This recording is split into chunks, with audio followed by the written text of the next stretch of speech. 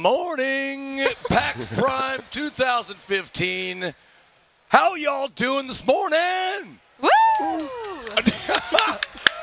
There you go. There you are. Hi, hello everybody. Welcome. Good morning. Hope you're all doing well. It is PAX Prime 2015. Twitch. You're watching the live stream. I'm very excited. We're kicking off the stream today with a very, very cool-looking game, and some of my favorite people here at PAX that I've come to know.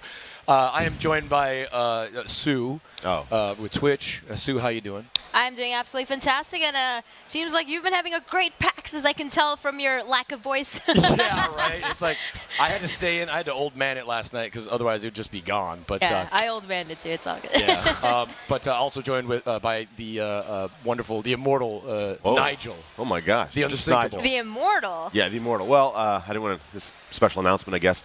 I'm going to live forever. So, oh, yeah. Yes! Yeah, I'm sorry. Announcing it here live on Twitch. I spoiled that. I'm Great. sorry. And then also Sebastian on the very end there from Coffee Powered Machine.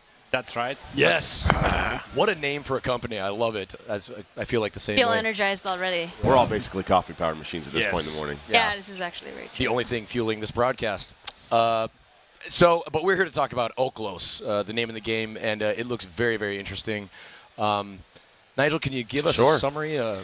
Yeah, so if you're familiar with the old Nintendo game, or semi-old Nintendo game, Pikmin, it's a lot like that. It's set in ancient Greece, and you are in control of one of the philosophers in ancient Greece. And the basic idea is you're controlling this angry mob of Greeks that are hell-bent on taking down the gods. Yeah. And whose foot is that? It's one of the gods. See, he's destroyed. Wow. He's destroyed, and he's pissed. That's a pissed Greek guy right there. Yeah. I like the subtitle. Exactly. Revenge. Revenge. Yeah. I don't know. So you start off as a philosopher. The game is very simple in that you're controlling this one character, but everybody you touch joins your mob, joins your cause, right? So you want to touch everyone. Everything, and animals as well. Okay. So it could be you're collecting this group of angry Greeks to attack the gods and their minions. You control the characters with the left stick. On the right stick, you control your mob, where you're pointing them with that flag.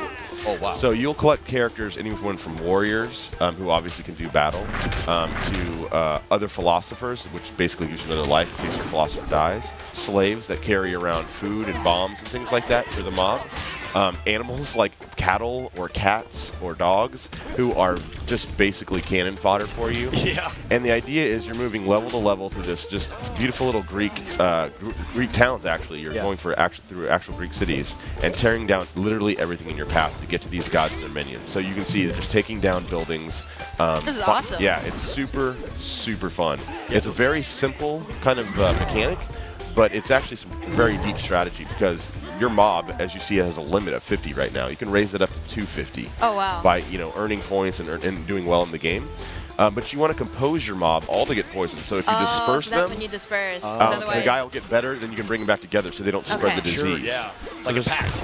It's like PAX box. Exactly. Just stay away from the mob and you should be fine. We have to implement hand sanitizer at some point in this game. Exactly.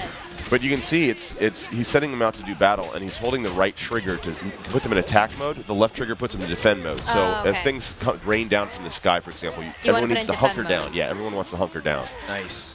So it's got some deep elements. It looks, relatively simple, but balancing your mob, balancing what they're doing, keeping items. He has items attached to the D-pad here. So you see some of the slaves are carrying around hunks of ham.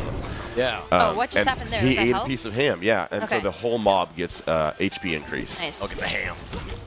Okay, so what is that thing ham. that's flying That's down a there? griffin just waiting to destroy them. So he's kind of hovering kind of in the foreground. Once you get closer, they'll probably start dive bombing. Awesome. Okay.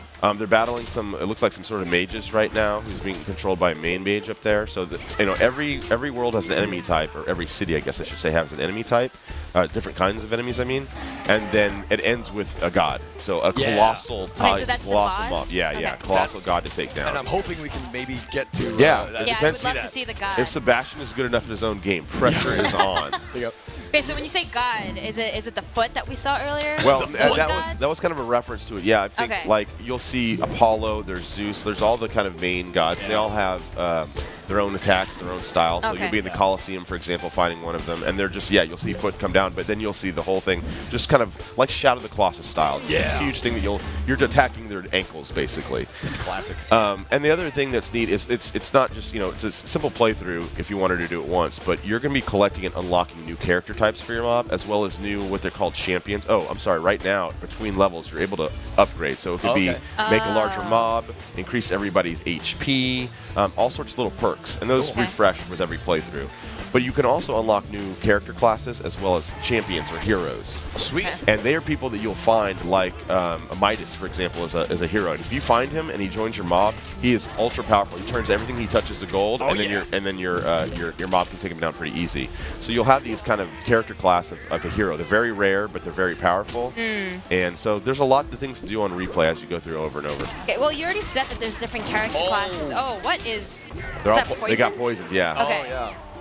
I love. Wow. I gotta say, I am a sucker for like retro, like pixel art style, like art styles like this. But I love the sort of like 2.5D look of this game. Yeah. Sebastian's partner Roke back in Buenos Aires, he did all the art, and when the first time we saw it, there's two things that stood out. Obviously, three things: the gameplay, the art style, this 2D on 3D, and this music. You can't hear super well, but it is fantastic music. I can hear it as well. I've been jamming to it on camera. So when they sent us the demo, I actually just let it play on the main screen. It continued working on another computer because it was just, I was just like moving the best along. work you've done. Absolutely. Yeah, that's awesome. So I've been wondering, you've been talking about these different character classes, and I mean, I'm already thinking, is there like a build order to the best optimal like army you can have, or is it completely dependent on the map? And It's the map boss? and playstyle for sure. All right. Exactly. You're exactly right. You may want to, your playstyle may be very aggressive. I'm just going to go and sweep through and take this. Man, your mob's getting pretty big.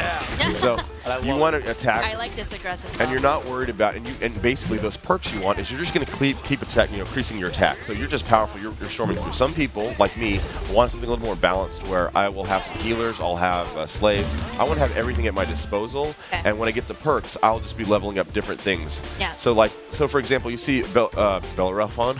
I don't know how to say the name, but the small mob is so the smaller the mob, the greater the attack. So he's gonna. So you can actually have a smaller mob, but make them more powerful. Yeah. So it depends on your playstyle, what you want to do. Okay. I tend to go that route. And you can see right here, this is all the different characters he has in his mob, so you can adjust them. You can see what their HP is. You can see what their levels are. I mean, they're not just cannon fodder. They're not just meat sacks. They all have an individual thing. Oh wow! And some of their names are extremely long and complicated. They're Greek. Very Greek. They're They're Greek. very Greek. That name is Greek as hell. So here we go. We've reached Apollo. All right.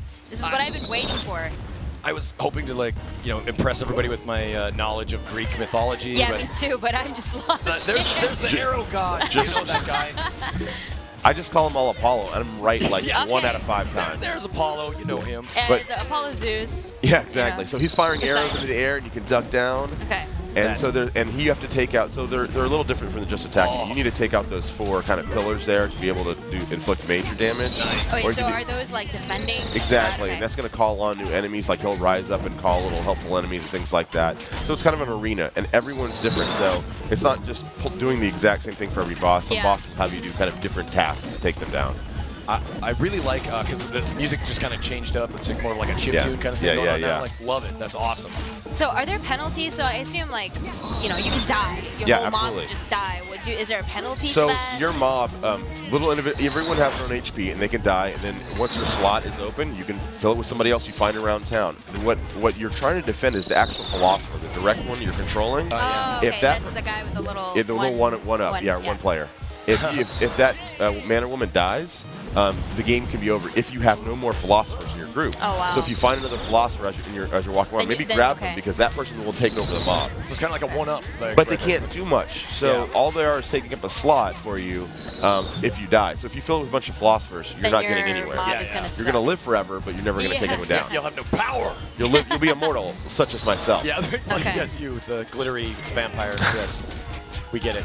You can see the glitter on camera. Oh my gosh, I'm so happy that worked out. Nice. I love the setup though. How like you just gotta rampage in the city, destroy enough, and then you got this awesome boss fight with a god. And I love the architecture in this boss map as well. I mean, with the different, I guess, maps that you expose, like how much of that is closely tied to actual Greek architecture, or did you guys just? I think, I mean, obviously everything's very much inspired by the architecture, the look and the feel. Oh, good job, Sebastian. Congratulations, Sebastian.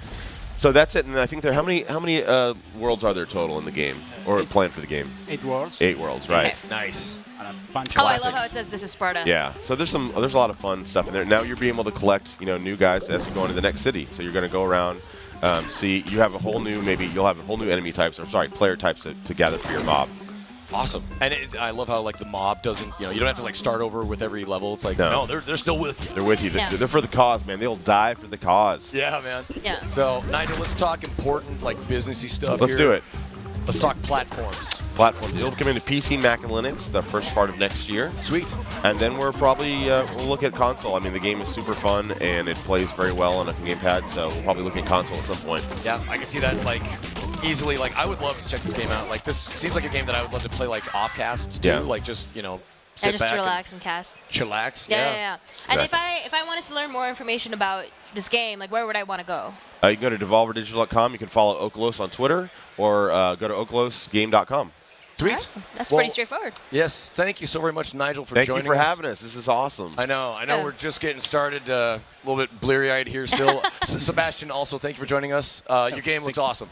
Thank you very much. Thank you very much. Sue, you're just wonderful as always. Can I say? I think, yeah.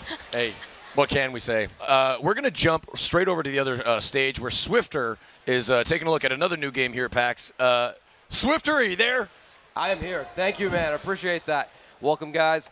You may have heard of the wildly successful Divinity Original Sin. Well, guess what? I'm here with Sweat and Thomas to talk Divinity Original Sin 2. So, guys, welcome. Glad you're here. Thank you. There. Before we go anywhere, though, congratulations. This morning, you guys hit $1 million on Kickstarter for what seems to be like a gigantic sequel. So, I mean, we have a lot of ground to cover, it seems, in this very tiny segment.